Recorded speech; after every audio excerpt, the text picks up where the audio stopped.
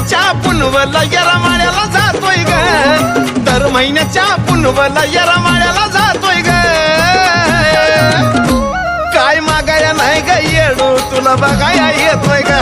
काय मागाया नाही ग येडू तुला बघाया येतोय